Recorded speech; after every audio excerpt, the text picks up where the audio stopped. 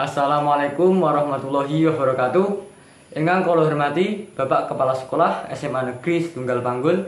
Ingkang kula hormati Bapak Ibu Guru lan sedaya kanca-kanca ingkang kula tresnani. Mboten wonten ucap luwih agung tinimbang puji syukur dumateng arsanipun Gusti Allah ingkang sampun maringi rahmat lan hidayah dhateng kula lan panjenengan sedaya. Sholawat teriring salam dumateng junjungan kula lan panjenengan sedaya Nabi Muhammad sallallahu alaihi wasallam ingkang sampun maringi petunjuk dumateng umatipun sedaya. Pangucalan utawi pendidikan anggadhahi manfaat kunjuk kita sedaya.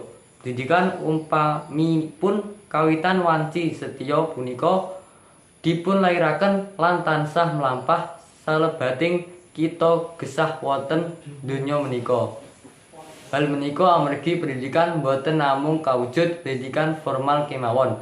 Ananging langkung saking menika pendidikan ugi njekap dening sedaya pengalaman ingkang kita lampahi wonten salebeting gesang.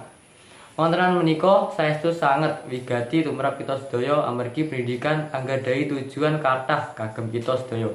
Wonten manfaat pendidikan kirang langkung saged kula aturaken makaten setunggal ngebagi kebedahan ilmi uga pengasumarapan tumrap manungsa.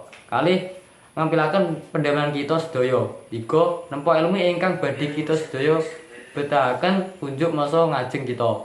Sekawan nambah wawasan ingkang langkung wiyar punjuk pengertosan kita sedaya. Kanca-kanca ingkang bagya mulya wonten nginggil wau namung sekedhik tujuan saking pendidikan ingkang langkung malih saking menika pendidikan ugi gadhahi manfaat tumrap kita sedaya ingkang kirang langkung kados makaten.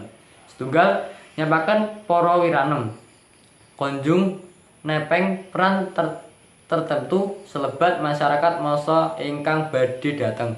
Kalih marisaken ilmi ingkang cocok kalian peranan kasebat saking tiyang sepuh dateng para wiranem. 3 marisaken budaya kagem jagi kentraman bangsa lan negeri Indonesia. Para kanca ingkang kawula tresnani, mbok bilih namung makaten atur kula wonten ngarsa panjenengan sami kathah klepetanipun saestu nyuwun lilane panjenengan paring pangapunten. Wassalamualaikum warahmatullahi wabarakatuh.